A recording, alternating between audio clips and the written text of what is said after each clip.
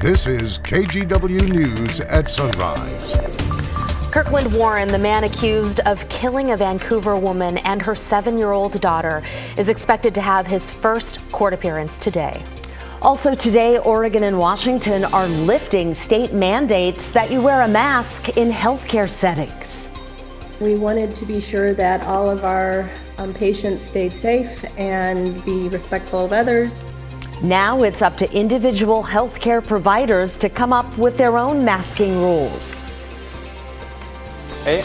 And this week is called National Explore Your Career Week. So I'm here to help you do just that. First in a 5-part series, how to bounce back after getting laid off and make that job hunt more successful. Guys. That is just a sampling of some of the stories we're covering this morning on this Monday edition of Sunrise. You know, I know a guy with a job. His name is Rod Hill, but he chose not to do the job today. Instead, we have Chris McGinnis filling in. Well, we do have such a thing as vacation and jobs, right? So good for him, well earned. And once again, he leaves me to bring you more news of wintry weather this morning. We are waking up to a cold morning here in Portland. It's 38 degrees at PDX. Light southwest breeze across the area. Check out these numbers right now. Forest Grove is down to the freezing mark. Hillsboro's at 33, 35 in Tigard. We slip south into the Willamette Valley. It's 34 in Salem. And that is important because we still have moisture across the region. A scattering or a smattering of showers and or snow showers falling early this Monday morning. They are widely scattered enough that I don't think we're going to see any trouble. But I do want to point this out. Coast Range passes right now are snow covered. That's Highway 30 near the Bradley Wayside. There's Highway 26 over the Sunset Rest area and Highway 6 near Lee's Camp. They all have snow coverage this morning. Our forecast today, cloudy to start, occasional showers, some hail, some thunder, and daytime highs struggling to get to 50 degrees. Drew? All right, Chris, we'll get to your full 7-day forecast here in about 8 minutes. But right now, one of our top stories this morning. Starting today, both Oregon and Washington will no longer require masks inside healthcare settings. But even though it's no longer a state mandate, individual healthcare facilities can still require them. KGW's Catherine Cook checked in with some local hospitals to find out about masking expectations moving forward. Starting Monday, state mask mandates in healthcare settings will be a thing of the past. That goes for workers, patients, and visitors in both Oregon and Washington. A coordinated effort to end one of the most steadfast regulations of the pandemic. We wanted to be sure that all of our patients stayed safe and be respectful of others. Terry Dantzler with Portland Urgent Care discussed the policy change with staff. They decided to continue requiring patients with a cough or cold symptoms to wear a mask when they come in. Employees will also wear a mask if they have symptoms or when testing a patient for COVID.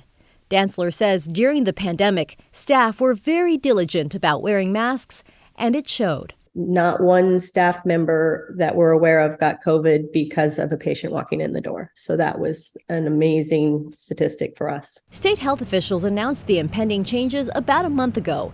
At the time, Oregon State Health Officer Dr. Dean Seidlinger pointed out that flu and RSV cases were dropping, while COVID cases were also trending downward. Still, he recognized lifting the mask mandate in medical settings would bring mixed feelings. For many, they're greeting this announcement with happiness, that this is a great positive step as we move on from COVID-19.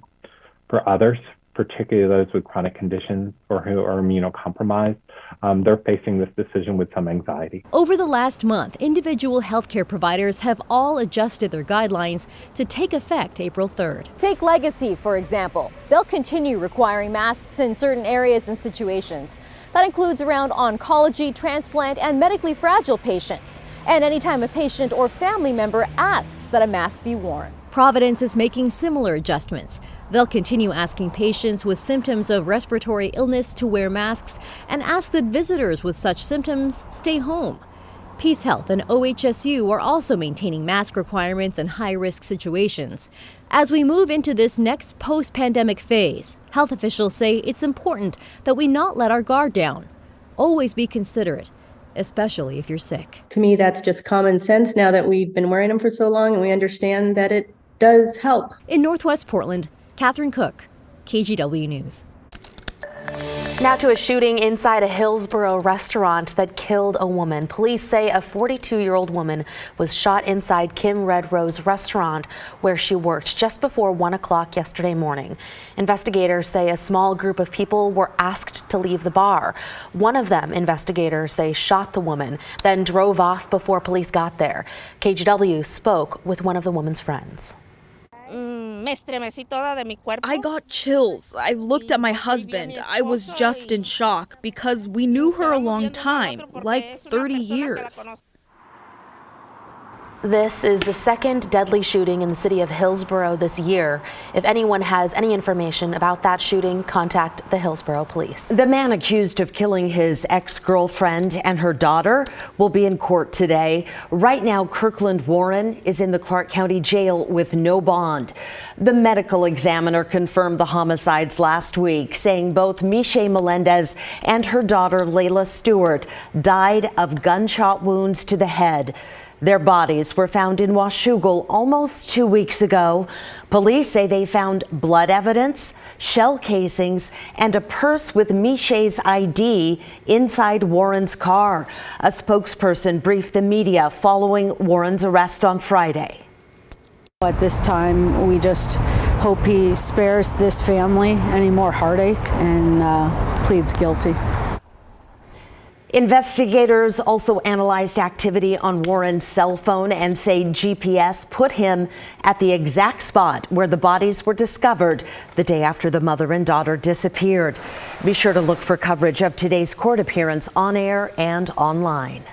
Staying in Clark County here, the Sheriff's Office in Clark County is giving its new body and car cameras a trial run that will last for 30 days. So during that time, 3 deputies and 1 sergeant will wear cameras, and some others will have them in their vehicles.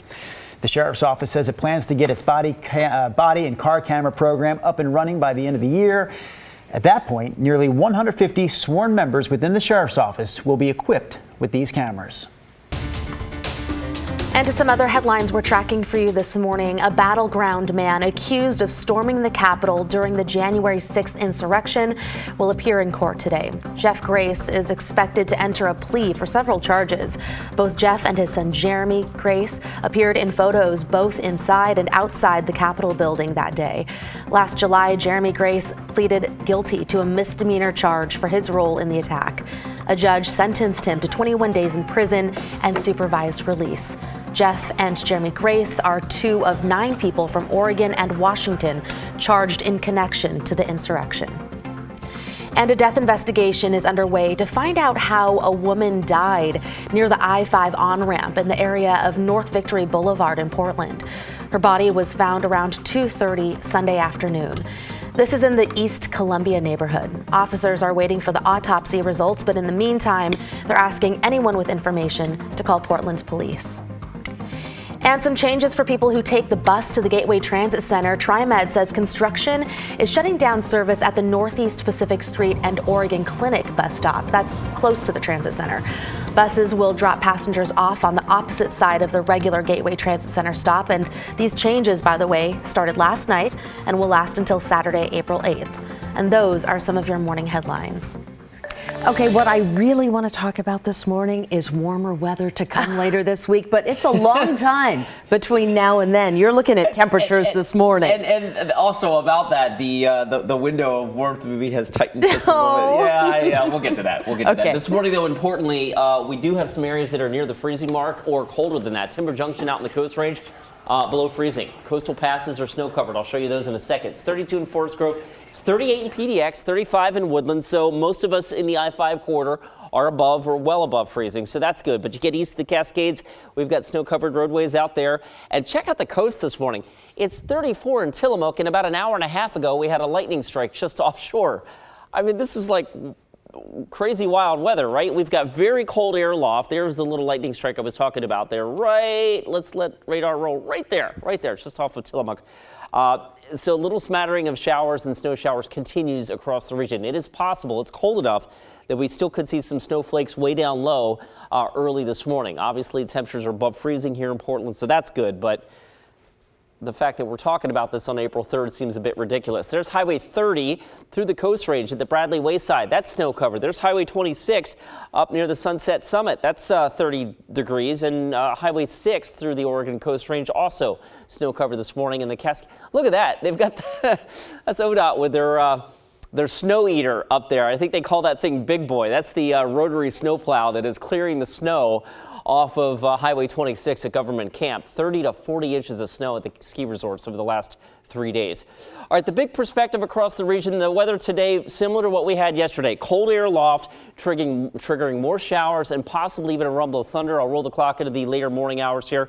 You see mixed rain and snow showers, snow generally at above 1,000 feet, I think, for most of us, certainly sticking snow.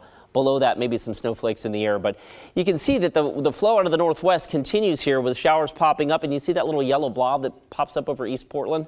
Don't get too fixated on exactly where that is. That is just indicative of the cold air aloft, the instability, and the fact that we could see a shower, a heavy shower, a hail shower, maybe a rumble of thunder anywhere in the Willamette Valley or west of the Cascades throughout the afternoon today, just like we did yesterday. And as messy as that seems, the sun could pop out for a half an hour too. So it's just a little bit of everything in the forecast today. We're starting off the morning chilly, but not quite as cold as what Futurecast is suggesting here. So that's, I think, the one bit of good news here. We only get up to a high of about 50 this afternoon. 7-day forecast shows the stair-stepping warmth coming our way as we get towards Easter weekend.